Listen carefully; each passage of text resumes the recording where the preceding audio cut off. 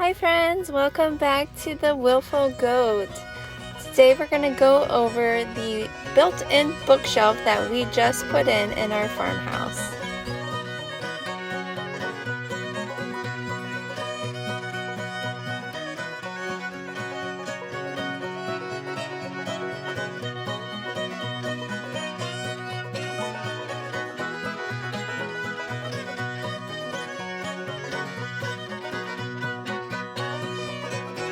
So here's a quick reminder of that dining room right after we had pulled out the carpet and sanded the wood floors. So as you can see, there's a large closet there to the left of the window, but we didn't really have a bookshelf anywhere in the house. So it just seemed like the perfect place for a built-in bookshelf. The kids were pretty enthusiastic about helping out with this part as well. William was the most excited. I think it did end up being a little more difficult than he imagined. The sledgehammer, I think, was maybe a little bit heavier than what he needed to use. But they did have fun with it, and it was kind of a fun memory to do with them. So the reason we were hoping to put in a built-in bookshelf, I've always been a really avid reader. And I guess I'm kind of one of those people that forms a sentimental attachment with some of the books that have been my favorite. So we have been kind of moving them along with us as we've moved. At our last house, there was already a really nice deep set of bookshelves. So it was pretty easy to just kind of stack them all in there. Then when it came time to move them, it was a bit overwhelming. We had boxes of books, and our house ended up selling a lot more quickly than we expected. So I didn't really get a chance to sort through all of them like I had hoped to do. So here you get a nice look as well at the ceiling.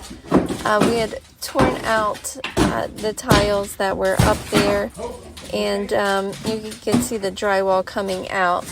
So actually behind William, there's that chimney stack, and it was plastered in.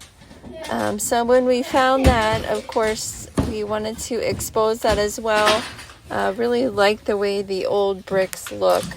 That ended up being a little bit of a dusty chore, and so we ended up using an air hammer hooked to a compressor, and that was a really quick way to remove all of that plaster from the chimney. So as we were ripping it out, we decided to go ahead and rip out the drywall behind because we noticed some wood, and there was actually a built-in already here in this area, and you can see the markings where the shelves had been. So I thought that made it even more of a perfect place to be a bookshelf. Here it is painted, the wood, and then the brick exposed. And then the bookshelves, I put 2x4s all the way around, laid plywood on top, and then stacked 2x4s as kind of a center support all the way up. Like I said, I have a pretty big book collection, and it ended up taking quite a while to sort. So with having the 2x4s attached to the wood wall and then around to the brick, I just used like a really long decking screws. And then I faced them with 1x4s and 1x6s. These shelves are really sturdy. So I'm able to stack all of my books 2 rows deep. So some of the ones maybe that aren't, as aesthetically pleasing as others, I can kind of push back to the back row and then put all of the ones maybe that match the style of the room a little bit better up to the front.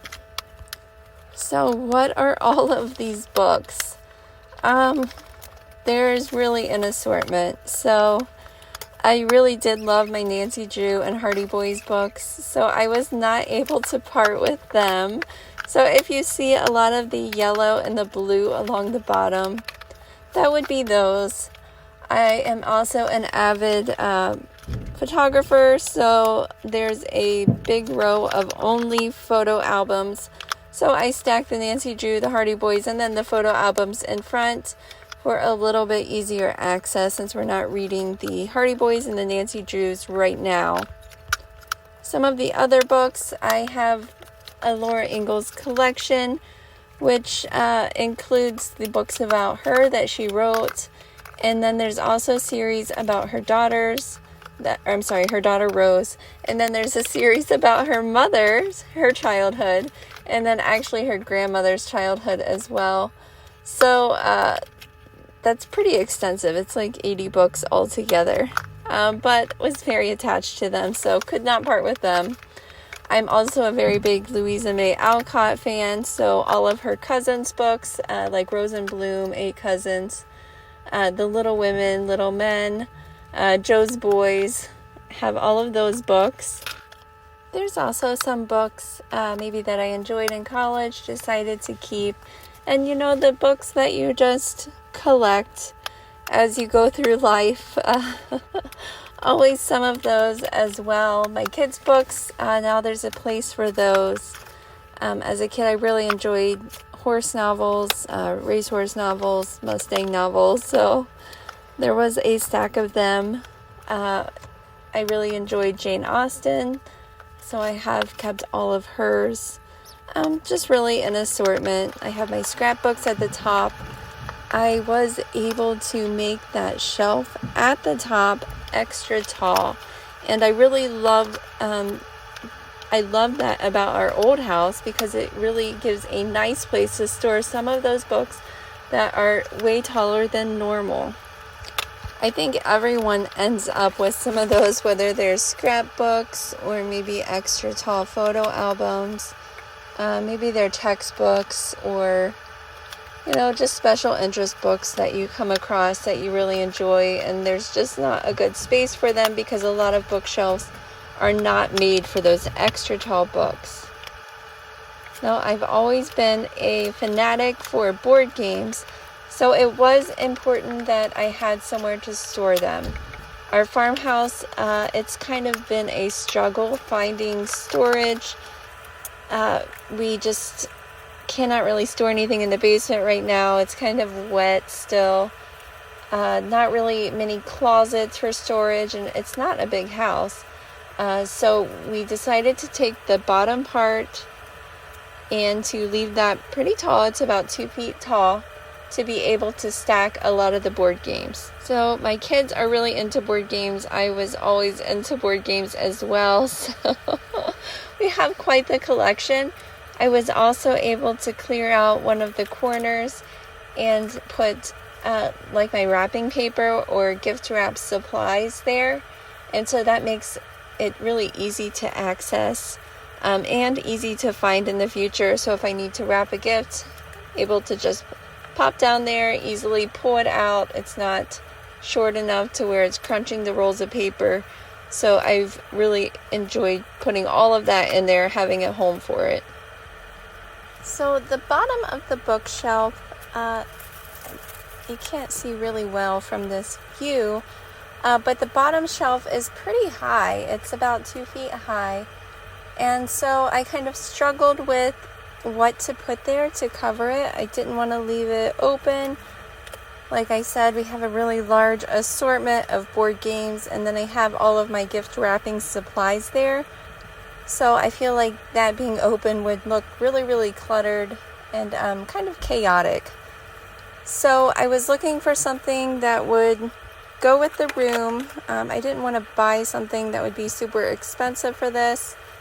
We have quite a lot of wood sitting around the barn from when the old barn was torn down. And then, just the things that we brought from our other house. So we were hoping to find something that we already had. I have a couple doors that I sit outside, usually like in a flower bed or up against the house or the barn. I think they make cute decor backdrop pieces, kind of make it a little bit more interesting. They add some height to the decor, some height to the flower beds or wherever they're at. I also have an extra antique door in my house, and I really love it for hanging like a specialty wreath or I have like a botanical poster that I think looks really cute there. So for the bottom area, it was a door. It was solid wood, a door that I had actually picked up that someone was getting rid of along the side of the road. So it sat in our flower bed for a few years, but I was looking at it and it looks really similar at the top and at the bottom. So we were able to kind of cut off, I believe the bottom was a little bit taller, and then make it pretty similar so that way each door looks the same. We were able to cut the two pieces off and use that as our doors for the bottom area of the bookshelf. Now we did get some heavy duty hinges to hold that so that way it doesn't sag, but I really love the way it looks. It is a chippy paint, and to kind of give it a little more cohesive feel, I did go ahead and paint that the same color. Overall, I was really, really happy with how it turned out. They open easily. The hinges hold them off the ground. They're not scraping the wood. They're really easy to open and shut. The kids can get in and get whatever game they're looking for. And they're so wide that it's not hard to pull anything out or put anything back in. So I was really glad that that idea kind of popped into my mind for that. So a rolling bookshelf ladder is something that I think anyone who has watched Beauty and the Beast maybe has dreamed about having. And as an avid book lover, something that I always thought would be really, really cool to have. So I saw this rolling bookshelf ladder kit on Amazon. It comes with the two wheels that you attach to a bottom of a ladder. It comes with the rod and then the two rollers that you attach to the top of the ladder. So that way if you have your own ladder, you can just attach all of that there, attach it to the bookshelf, and you're pretty much set to go. Now, if you're going to be buying your own ladder, that would substantially increase the cost that you're looking at. The wood ladders I noticed were a couple $100 to $400 on Amazon. The metal ladders, I noticed some of them were pieced together metal, so I'm not really sure how sturdy they would be. They were several $100s as well. So that's something to keep in mind if you're looking at doing a project like this, but you do not already have a ladder or you're not making a wood ladder. So this is a metal ladder that we already had. It's kind of made to go straight up and down, and it had kind of feet at the bottom with some holes there. Now, to attach the rollers, my husband did have to add a piece of wood to make the ends a little bit thicker. It doesn't really show up much. I probably will paint it to match the ladder. So you just saw him outside a minute ago drilling those holes to attach the feet. These are the rolling feet. Now they do have a brake, which is nice, if you don't want to slide back and forth while you're climbing the ladder, which hopefully no one in our family is doing. You can set the brake, and when I've set it, it doesn't move. It's holds really firm, so it does feel nice and secure. Now this ladder isn't really tall. I would say, I'm not sure, maybe 6 to 7 feet tall. So if you do have higher ceilings, I'm not sure how that would impact its use, if it would still, roll quite as well. But like I said, from what we've used at this point, it's rolling really nicely. It's breaking nicely. It's smooth. Our floor is not the most even. These are old plank wood floors, and they're going horizontally compared to the rollers. So, you would think that it would be a little bit more bumpy as it goes over each piece of wood. Again, they're not pushed together really smoothly. However, it does roll really smoothly. The wheels aren't super tiny, so you're not feeling every little bump as you move side to side. So this is him just finishing up attaching those wheels. He was on a work break. He works from home, so when he gets some breaks during the day, sometimes he works on projects like this, and he can kind of break it down into pieces and get it done. Luckily, he's really handy and he enjoys working with his hands and doing things like this.